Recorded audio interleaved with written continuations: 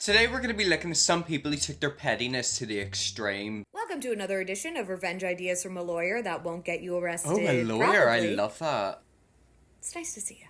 Before we get started, I have to say that this is not legal advice, and I strongly recommend against you doing any of the things I'm about to tell you. Okay, so basically, if you are going to take any advice from her, be careful, you might end up in jail. Always remember that good old saying, if you can't do the time, don't do the crime. Now, in my last video about corporate revenge, a lot of you girlies were like, babe, I'm corporate Barbie. I'm a star. I'm an overachiever. I can't utilize weaponized incompetence like my dip-ass husband to get back at a coworker.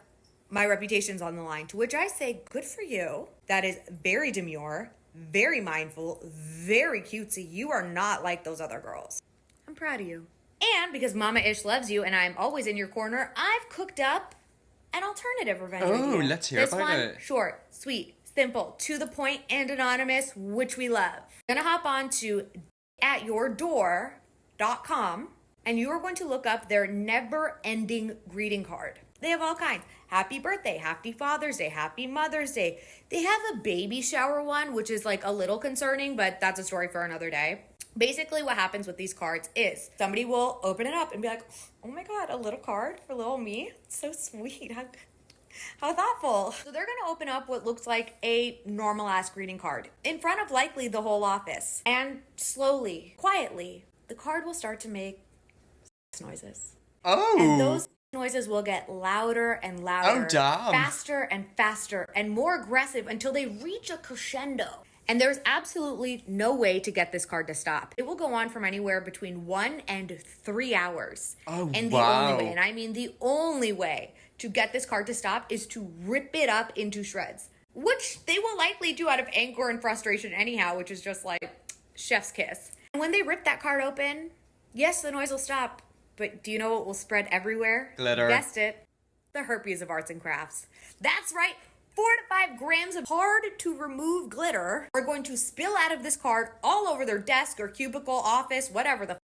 And then they will be finding remnants of glitter for months, if not years. Can you imagine being in your place of work, opening what you think is like a fun little birthday card, greeting card situation, and it is just moaning, noises getting louder and louder, and you have absolutely no way to get it to stop. Your boss is walking towards your desk and there are just noises emanating from your cubicle. Yeah. Everyone probably thinks you're watching and you're just at work with no idea what the f to do. You get so frustrated, you freak out, you rip that card up trying to get it to stop, and then you make a big ass mess. And then the whole office is going to be talking about it. The water cooler gossip will be a buzz. And they will be the subject of every office joke for at least a month. And if that's not a gift that keeps on giving, I don't know what it is. So try this out or don't. Please don't. Again, this is one of those things where I'm like, I do not endorse the legality of any of the things I say here. I just think they're funny. However, this is like a whole ass website. So like... But it's not illegal though. Can't be that illegal, right? Exactly. So I love this. It's humiliating in the moment.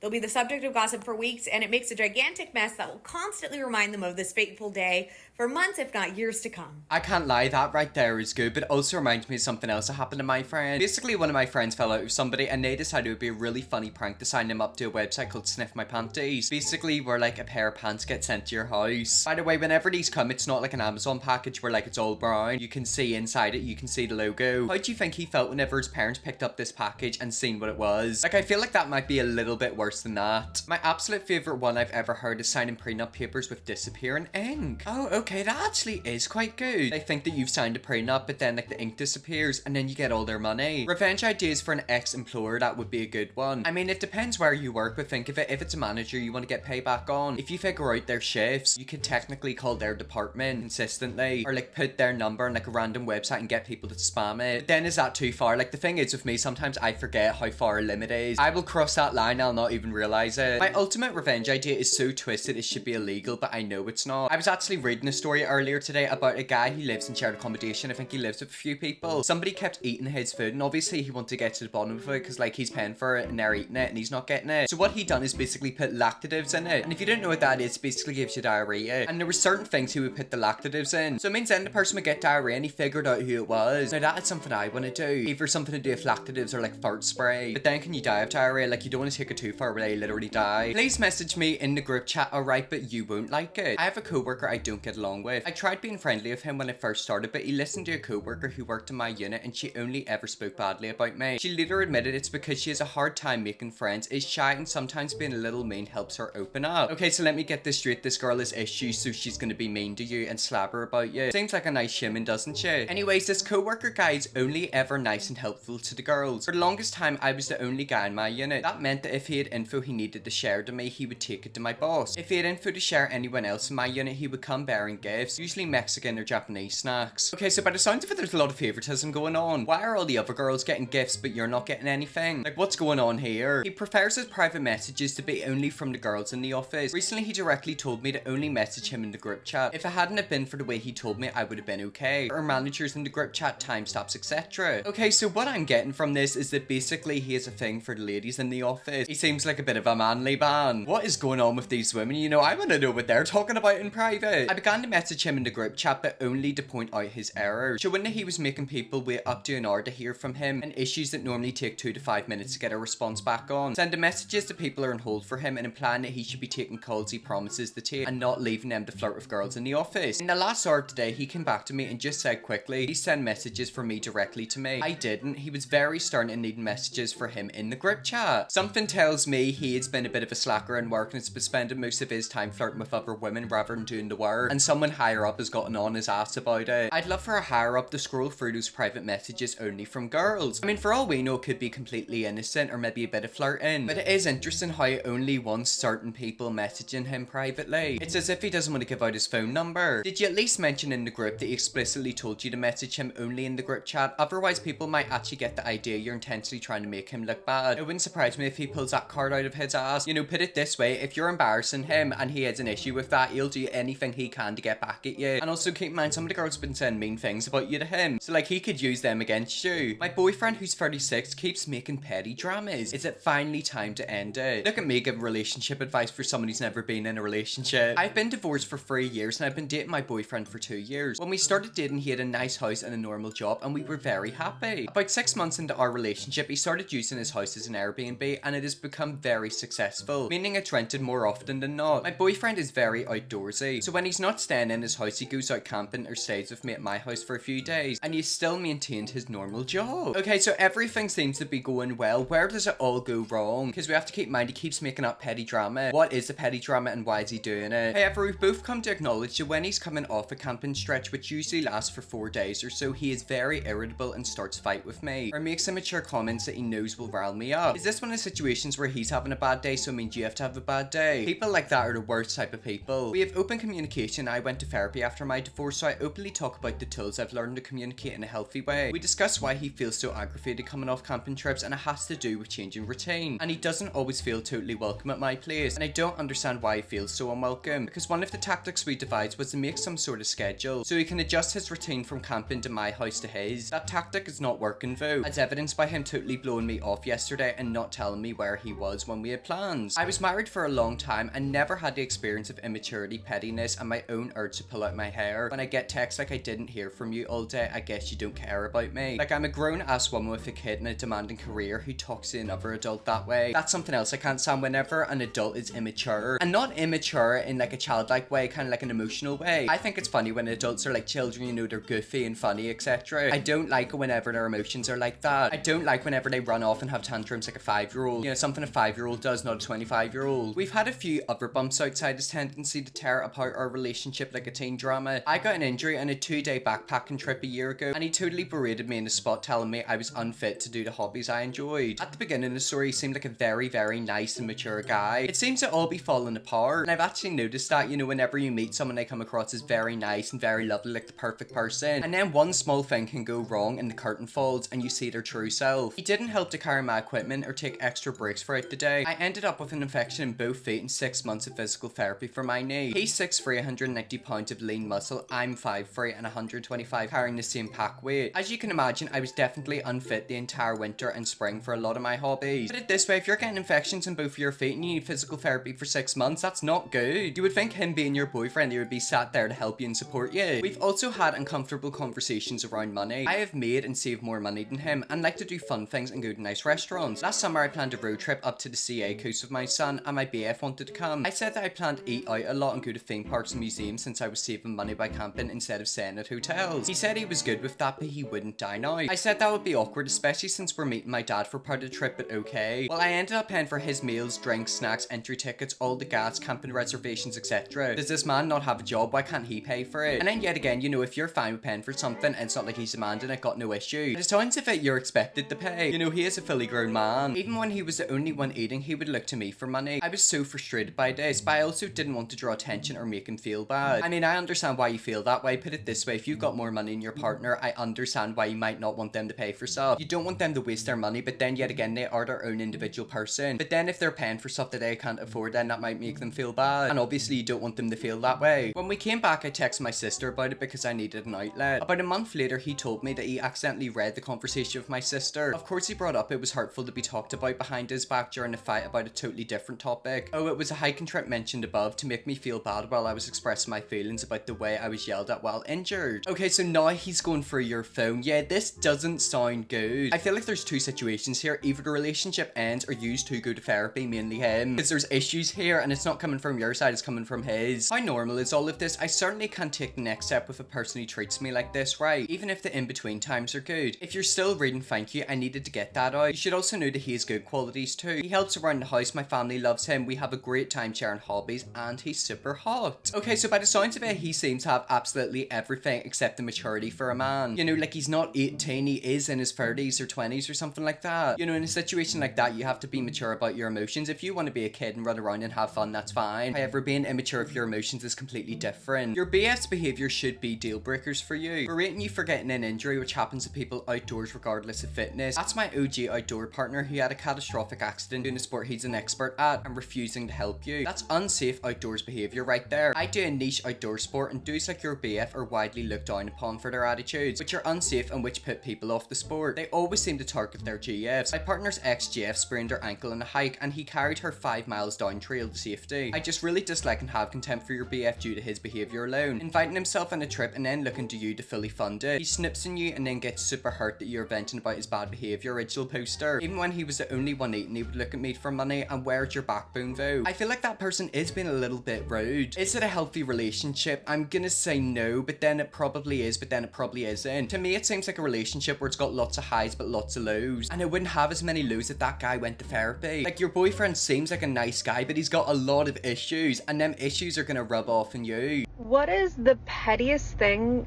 you've done after the end of a relationship? Okay, so if you know me personally, you would know that I have my petty PhD. So I'm gonna start talking even if it's 5:30 in the morning. So long story short, dated this guy, broke up with him on my birthday. The day after, he links up with his ex, the bitch that he told me not to worry about.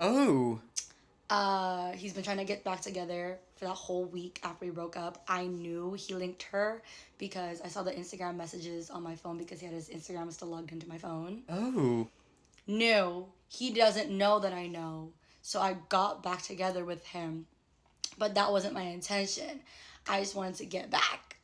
So he came over, he slept over, and I borrowed his car while he was sleeping to go link up with my ex, the guy that I told him not to worry about. Came back home. I did my Dougie with him. Came back home. He's still knocked out on my bed. Hold on. I lost my breath. Hold on. Mind you, he still doesn't know that I did that until that guy posted on his story that he was with me the next day.